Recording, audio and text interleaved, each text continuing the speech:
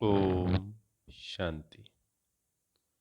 आज 8 नवंबर 2023 के महावाक्य। प्यारे मीठे बाप दादा ने कहा, मीठे बच्चे, देह सहित यह सब कुछ खत्म होने वाला है, इसलिए तुम्हें पुरानी दुनिया के समाचार सुनने की दरकार नहीं। तुम बाप और वर्षे को याद करो। तो बाबा आज पुरानी दुनिया की जो न्यूज़ सुनते हैं उसके लिए समझाने दे रहे हैं कि वो नहीं सुननी, उसका कोई फ़ायदा ही नहीं है। Waste time, wastage, waste of time,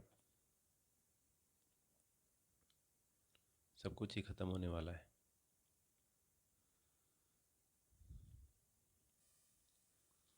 प्रश्न, श्रीमत के लिए गायन कौन सा है? श्रीमत पर चलने वालों की निशानी सुनाओ। उत्तर है, श्रीमत के लिए गायन है, जो खिलाएंगे, जो पहनाएंगे, जहाँ बिठाएंगे वही करेंगे। श्रीमत पर चलने वाले बच्चे बाप की हर आज्ञा का पालन करते हैं। उनसे सदा श्रेष्ठ कर्म होते हैं। वे कभी श्रीमत में अपनी मनमत मिक्स नहीं करते। उनमें राइट और रॉन्ग की समझ होती है। तो बाबा की श्रीमत का पालन करने वाले बच्चे, बाबा के बच्चे जो सब बने वो हैं सौभाग्यशाली। पर जो उनकी श्रीमत को, बाबा की पूरी रीति अनुसार पालन करते हैं, वो और भी पदम पदम सौभाग्यशाली। राइट रॉन्ग की समझ हो, बाबा जो खिलाएं, जो जहाँ बिठाएं, जो पहनाए उसमें जी बाबा, जो सेवा दें, कोई व्यर्थ संकल्प नहीं, अपनी मनमत मिक्स नहीं। वो ये जो कोटों में कोई है, इन कोई में भी वो कोई ही आत्मा है।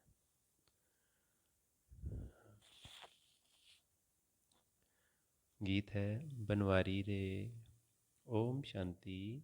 ये है गीत किसका है? बच्चों का। कोई गीत ऐसे भी होते हैं जिनमें बाप बच्चों को समझाते हैं, लेकिन इस गीत में बच्चे कहते हैं कि बाबा अब तो हम समझ गए, दुनिया को तो पता नहीं कि कैसी ये झूठी दुनिया है। हमें तो पता है कि ये दुनिया झूठी है, झूठी काया, झूठी माया, झूठा सब संसार। दुनिया को यह पता नहीं, हम समझ गए, झूठे बंधन हैं। यहाँ सब दुखी हैं, तब तो ईश्वर को याद करते हैं। सतयुग में तो ईश्वर से मिलने की बात ही नहीं है। यहाँ दुख है, तब आत्माओं को याद पड़ता है। परंतु ड्रामा अनुसार बाप मिलते ही तब हैं जब स्वयं आते हैं। इससे पहले नहीं मिल सकते बाबा कभी भी किसी को, जब तक बाबा इस धरा पे ना आए। बाकी और जो भी पुरुषार्थ करते हैं सब व्यर्थ है, क्योंकि ईश्वर को सर्वव्यापी मानते हैं। ईश्वर का रास्ता गलत बताते हैं। अगर कहें कि ईश्वर और उनकी रचना के आदि मध्य अंत को हम नहीं जानते हैं, तो यह बोलना सच है। आगे ऋषि मुनि आदि सब सच बोलते थे। उस समय रजोगुणी थे। उस समय झूठी दुनिया नहीं कहेंगे। झूठी दुनिया नरक कलयुग अंत को कहते हैं। संगम पर कहेंगे यह नरक है, वह स्वर्ग है। यानी हम तो हैं संगम बीच में, और जो दुनिया चल रही है दूसरी, जो बाबा के बच्चे नहीं बने हैं, संगम युग पे नहीं आए हैं, वो हो गया नरक। यानी हम नरक से संगम युग पे आ गए और अब हम जाने वाले हैं स्वर्ग में।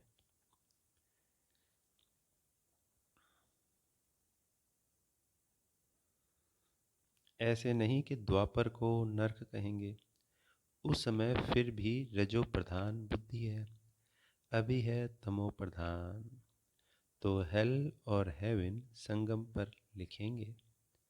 आज हेल है, कल हेवन होगा। यह भी बाप आकर समझाते हैं। दुनिया नहीं जानती कि इस समय कलयुग का अंत है। सब अपना अपना हिसाब किताब चुकतू कर अंत में सतो प्रधान बनते हैं। फिर सतो रजो तमो में आना ही है। जिनका एक तो जन्म का पाठ है वह भी सतो रजो तमो में आते हैं। उन्हों का पाठ ही थोड़ा है। इसमें बड़ी समझ चाहिए। दुनिया में तो अनेक मत वाले मनुष्य हैं। सबकी एक मत तो होती नहीं। सबकी अलग अलग मत है। खाली एक सत्युग और त्रेता ही है जब हम मनुष्य आत्माओं की एक मत होती है। द्वापर में भी कह सकते हैं कि एक मत होती है, लगभग लगभग, पूर्ण रूप से नहीं पर फिर भी मैक्सिमम एक मत होती है। एक कलयुग भी है जब बिल्कुल अलग अलग मतों पे चले जाते हैं। हर एक का अपना अपना धर्म है, मत अपनी अपनी है। बाप का ऑक्यूपेशन अलग है, हर एक आत्मा का अलग है। जो कर्म है हर आत्मा का अलग अलग है। धर्म भी अलग है, तो उनके लिए समझाने भी अलग चाहिए। नाम रूप देश काल सबका अलग है। देखने में आता है यह फलाने धर्म का है। हिंदू धर्म में तो सब कहते हैं, परंतु उनमें भी सब भिन्न भिन्न है। कोई आर्य समाजी, कोई सन्यासी, कोई ब्रह्म समाजी। सन्यासी आदि जो भी हैं सबको हिंदू धर्म में मानते हैं। हम लिखें कि हम ब्राह्मण धर्म के हैं अथवा देवता धर्म के हैं तो भी वे हिंदू में लगा देते हैं। क्योंकि जो भी हैं यहाँ पे चल रहे हैं, जैसे बाबा ने अभी एग्जाम्पल दिया सन्यासियों का, आर्य समाजियों का, या कोई भी है, तो उन सबको हिंदू धर्म में डाल देते हैं। हम कहेंगे जी हम अलग हैं, ब्रह्मा कुमार ब्रह्मा कुमारी ब्राह्मण है, हम तो हमारा धर्म अलग है, तो वो ब्राह्मण होने की वजह से किस में डाल देंगे? हिंदू धर्म में डाल देंगे। उनको कोई पता नहीं है ना किसी भी बात का।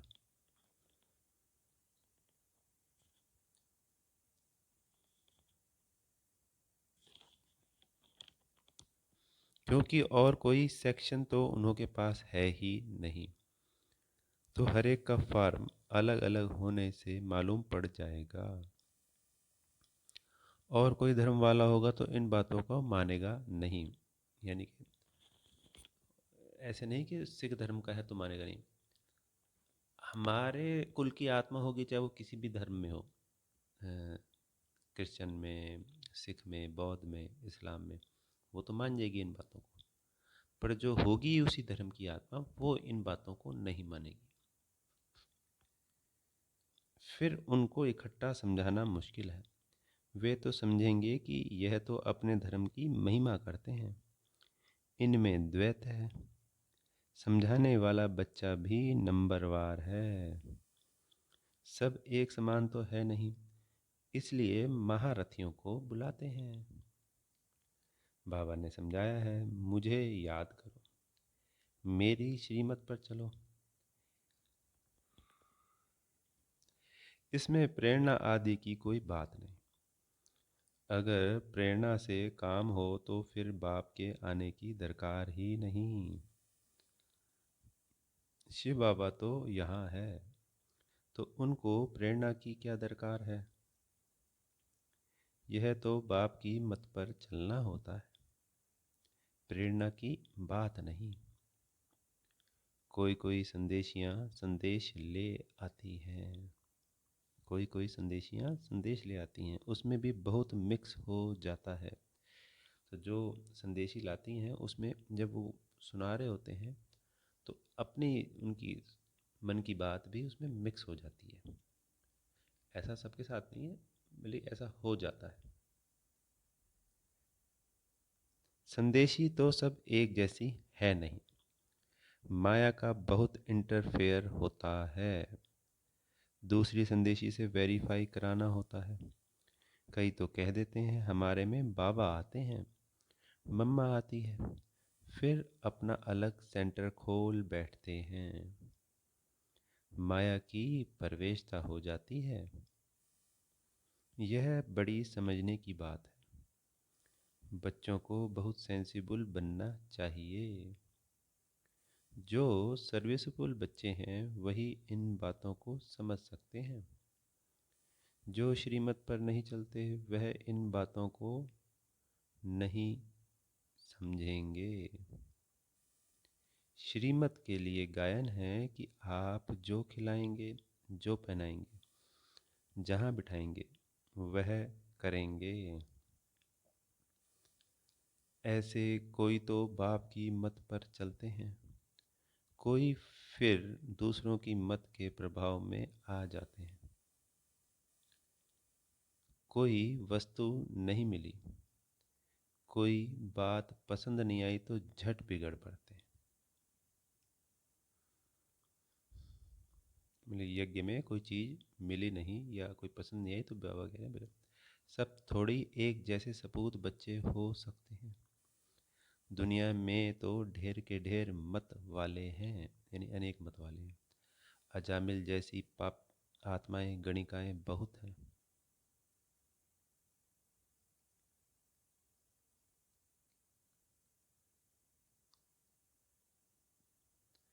यह भी समझाना पड़ता है कि ईश्वर सर्वव्यापी कहना रॉन्ग है।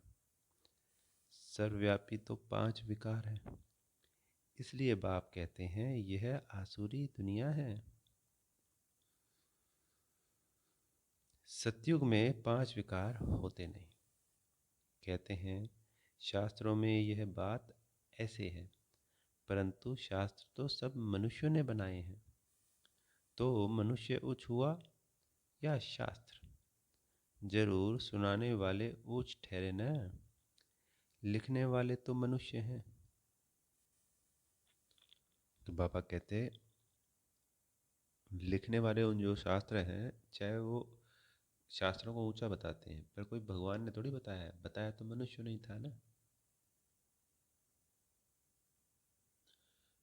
और नेचुरल है, भगवान की बात सत्य होगी। संसार में सत्य एक ही है, परमात्मा।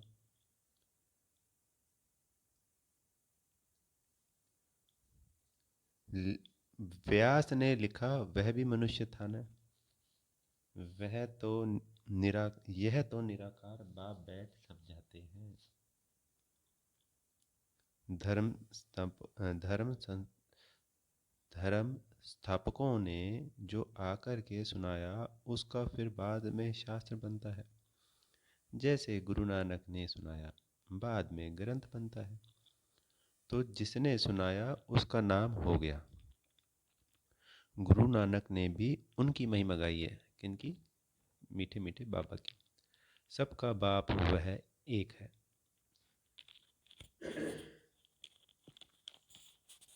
बाप कहते हैं जाकर धर्म स्थापन करो। यह बेहद का बाप कहते हैं मुझे तो कोई भेजने वाला नहीं। शिव बाबा खुद बैठ समझाते हैं, वह है मैसेज ले आने वाले। मुझे कोई भेजने वाला नहीं। मुझे मैसेंजर व पैगंबर नहीं कहेंगे। मैं तो आता हूँ बच्चों को सुख शांति देने। मुझे कोई ने कहा नहीं, मैं तो खुद मालिक हूँ। मालिक को भी मानने वाले होते हैं, परंतु उनसे पूछना चाहिए कि तुमने मालिक का अर्थ समझा है? वह मालिक है और हम उनके बच्चे हैं, तो ज़रूर वर्षा मिलना चाहिए। हमें संसार के जो आत्माएं हमसे बात करती, जिनसे हम बात करते हैं, उनसे पूछना चाहिए कि मालिक का अर्थ समझा है।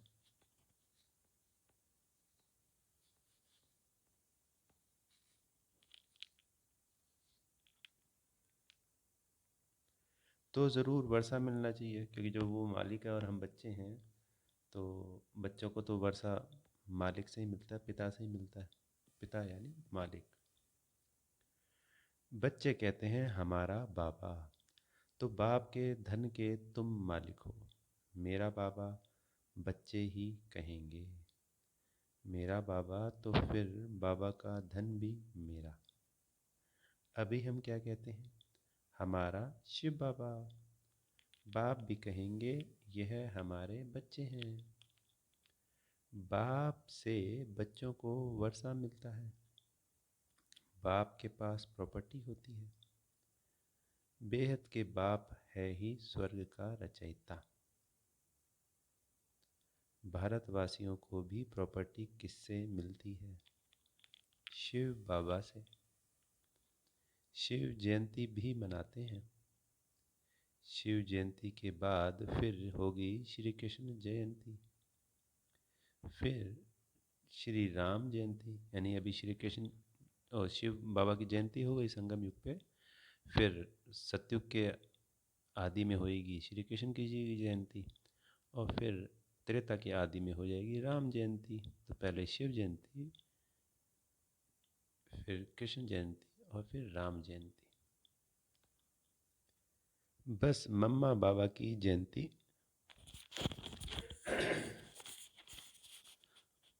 वह जगदम्बा की जयंती तो कोई गाते नहीं। शिव जयंती, फिर राधे कृष्ण की जयंती, फिर राम सीता की जयंती। जब शिव बाबा आए तब शूद्र राज्य विनाश हो, यह राज भी कोई समझते नहीं।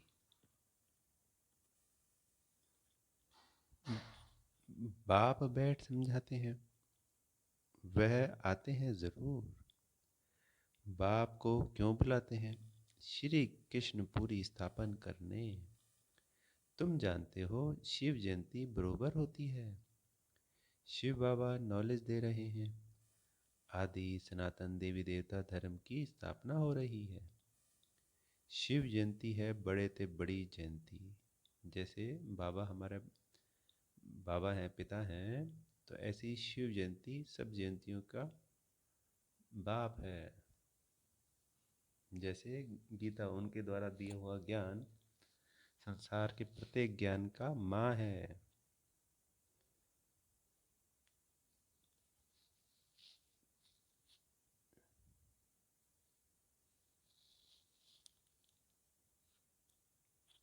फिर है ब्रह्मा विष्णु शंकर।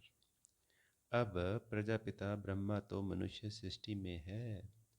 फिर रचना में मुख्य है लक्ष्मी नारायण, तो शिव है माता पिता। फिर माता पिता ब्रह्मा और जगत अम्बा भी आ जाते हैं। यह समझने और धारण करने की बात है। पहले पहले समझाना है। बाप परमपिता परमात्मा आते हैं पतितों को पावन करने। वह नाम रूप से न्यारा हो तो उनकी जयंती कैसे हो सकती? गॉड को फादर कहा जाता। फादर को तो सब मानते हैं। निराकार है ही आत्मा और परमात्मा। निराकार तो है ही आत्मा और परमात्मा। आत्माओं को साकार शरीर मिलता है, यह बड़ी समझने की बात है। जो कुछ भी शास्त्र आदि नहीं पढ़ा हुआ है तो उसके लिए और ही सहज है। जिन्होंने शास्त्र नहीं पढ़े हैं उसके लिए ये ज्ञान आसान होता है, क्योंकि ये पहली कोरा कागज़ है, उसके ऊपर ये ज्ञान आया मान लिया। पर जिसने ज़्यादा ही शास्त्र पढ़ा है, ज़्यादा ही गहराई में गया है, फिर वो तर्क वितर्क करता है, फिर वो भ्रमित होता है, उसको संशय आता है, अनेक अनेक बातें होती हैं। फिर आत्माओं का बाप वह परमपिता परमात्मा स्वर्ग की स्थापना करने वाला है। स्वर्ग में होती है राजाई, तो ज़रूर उनको संगम पर आना पड़े। सतयुग में तो आ ना सके।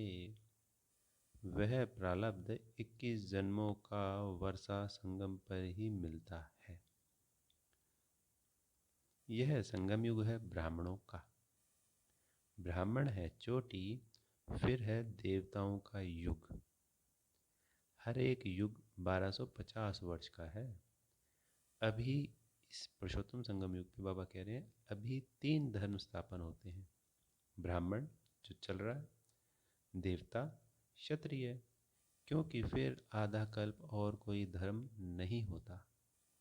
सूर्यवंशी चंद्रवंशी पूज्य थे, फिर पुजारी बन जाते। वह ब्राह्मण तो किस्म किस्म के होते हैं।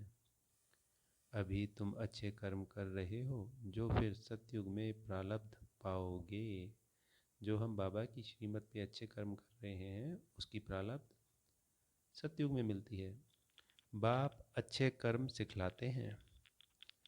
तुम जानते हो हम श्रीमत पर जैसे कर्म करेंगे औरों को आप समान बनाएंगे तो उसकी प्रारब्ध मिलेगी। अभी सारी राजधानी स्थापन होती है। आदि सनातन देवी देवता धर्म की राजधानी होती है। यह है प्रजा का प्रजा पर राज्य। यह है प्रजा का प्रजा पर राज्य। पंचायती राज है। अनेक पंच हैं। नहीं तो 5 पंच होते हैं। यहाँ तो सब पंच ही पंच है। ये बात बहुत सुंदर कही बाबा ने कि हर घर में 4 सदस्य हैं तो चारों ही पंच हैं। वरना पहले एक मुखिया होता था जिससे घर चलता था और सब सुखी थे। अब सारे पंच हो गए। ऐसे ही समाज में हो रहा है। पहले एक गांव में 5 पंच होते थे और उनकी बात मानी जाती थी। अब हर आत्मा अपने आप में पंच है। प्रजा का प्रजा पे राज्य है। यहाँ तो सब पंच ही पंच है। सो भी आज है कल नहीं। आज मिनिस्टर हैं, कल उनको उतार देते हैं। एग्रीमेंट कर फिर कैंसिल कर देते हैं। यह है अल्पकाल का क्षणभंगुर राज्य। किसको भी उतारने में देरी नहीं करते। कितनी बड़ी दुनिया है। अखबारों से कुछ न कुछ पता पड़ता है। इतने सब अखबार तो कोई पढ़ नहीं सकता। हमको इस दुनिया के समाचार की दरकार ही नहीं। बाबा ने जो कहा कि ये अखबार कोई पढ़ नहीं सकता तो कहने मतलब अखबार के जो 10 पेज होते हैं ना वो 10 पेज थोड़ी पढ़ जाते हैं। ये कहना चाह रहे हैं। यह तो जानते हैं देह सहित सब कुछ इस दुनिया का खत्म हो जाने वाला है। बाबा कहते हैं सिर्फ मुझे याद करो तो वो सब कुछ ना तो देखना है टीवी पे ना सुनना है संसार का समाचार। सिर्फ मुझे याद करो क्योंकि बाबा को याद करना है तो तुम मेरे पास आ जाएंगे। मरने के बाद सारा साक्षात्कार होगा। शरीर छोड़कर फिर आत्मा भटकती भी है। उस समय भी हिसाब किताब भोग सकते हैं। साक्षात्कार सब होता है। अंदर ही साक्षात्कार करते हैं। भोगना भोगते हैं। बहुत पछताते हैं कि हमने नाहक ऐसा किया। पश्चाताप होता है ना। कोई जेल बर्ड होते हैं। वह कहते हैं जेल में खाना तो मिलेगा, यानी ऐसे कुकर्म करते रहते हैं कि बार बार जेल जाते रहते हैं। जेल में ठीक है। मतलब खाना खाने से काम है। इज्जत की परवाह नहीं करते। तुमको तो कोई तकलीफ नहीं है। बाप है तो बाप की श्रीमत पर चलना है। ऐसे भी नहीं किसको दुख देंगे। वह तो है ही सुख दाता। आज्ञाकारी बच्चे तो कहेंगे बाबा जो आप डायरेक्शन देंगे। तुम्ही से बैठूं तुम्ही से खाऊं। यह शिव बाबा के लिए गाया हुआ है। भागीरथ अथवा नंदीगण भी मशहूर है। लिखा हुआ है ना माताओं के सिर पर कलश रखा तो फिर उस तो वह फिर गऊ दिखाते हैं। क्या क्या बातें बना दी है। इस दुनिया में कोई एवर हेल्दी हो नहीं सकता। अनेक प्रकार के रोग हैं। वहाँ कोई रोग नहीं है। ना कभी अकाले मृत्यु होती है। समय पर साक्षात्कार होता है। बूढ़ों को तो खुशी होती है। वहाँ पे जो बूढ़े होते हैं उनको खुशी होती है। वैसे शरीर से बूढ़े नहीं होते, स्वस्थ रहते हैं नॉर्मल। बूढ़े जब होते हैं तो खुशी से शरीर छोड़ते हैं। साक्षात्कार होता है कि हम जाकर बच्चा बनूंगा। अभी तुम जवानों को भी इतनी खुशी है कि हम शरीर छोड़कर जाकर प्रिंस बनेंगे।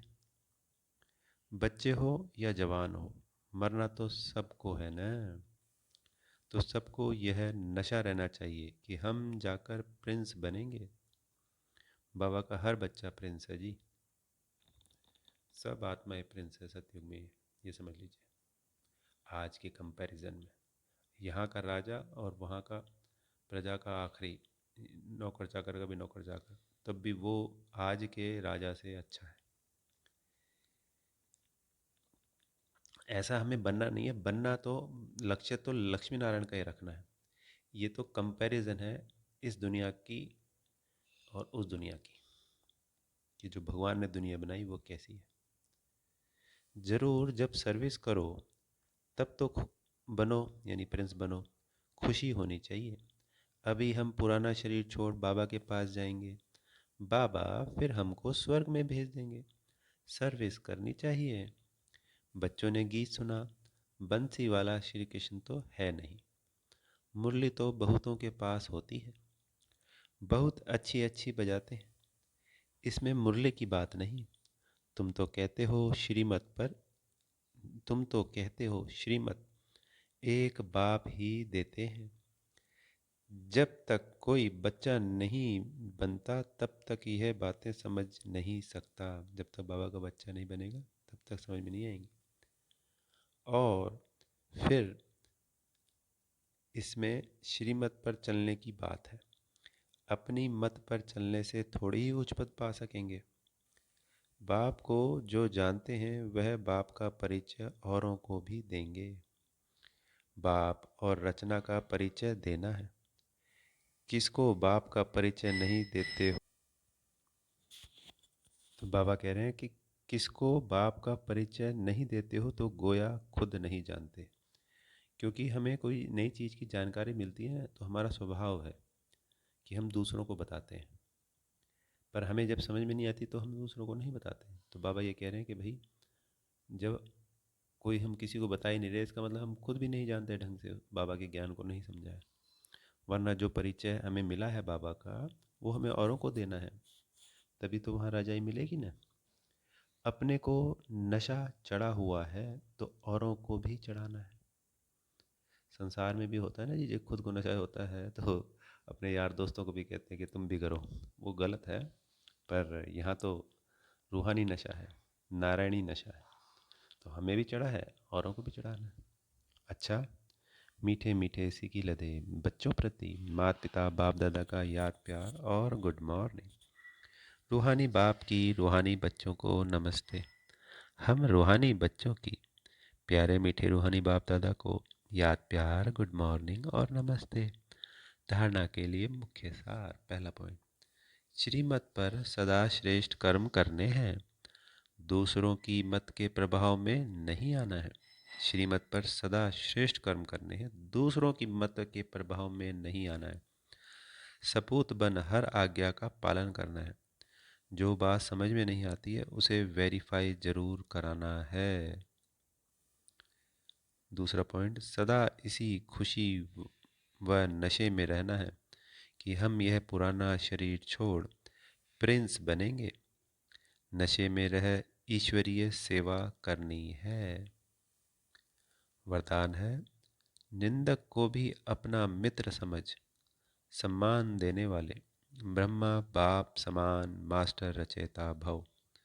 निंदक को भी अपना मित्र समझ सम्मान देने वाले ब्रह्मा बाप समान मास्टर रचयिता भव। जैसे ब्रह्मा बाप ने स्वयं को विश्व सेवाधारी समझ हर एक को सम्मान दिया, सदा मालिकम सलाम किया। ऐसे कभी नहीं सोचा कि कोई सम्मान देवे तो मैं दूं। निंदक को भी अपना मित्र समझकर सम्मान दिया। ऐसे फॉलो फादर करो। फिर सम्मान देने वाले को अपना नहीं समझो, लेकिन गाली देने वाले को भी अपना समझ सम्मान दो। सिर्फ सम्मान देने वाले को अपना नहीं समझना, जो गाली देता है उसको भी अपना समझो, क्योंकि सारी दुनिया ही आपका परिवार है। सर्व आत्माओं के तना आप ब्राह्मण हो। इसलिए स्वयं को मास्टर रचयिता समझ सबको सम्मान दो, तब देवता बनेंगे। देवता की नज़र में सब बराबर होता है, चाहे राजा है, चाहे रंक, चाहे मित्र है, चाहे दुश्मन। स्लोगन है, माया को सदा के लिए विदाई देने वाले ही बाप की बधाइयों के पात्र बनते हैं। माया को सदा के लिए विदाई देने वाले ही बाप की बधाइयों के पात्र बनते हैं। अच्छा, ओम शांति। बेहद का शुक्रिया प्यारे मीठे बाप दत्ता जी का।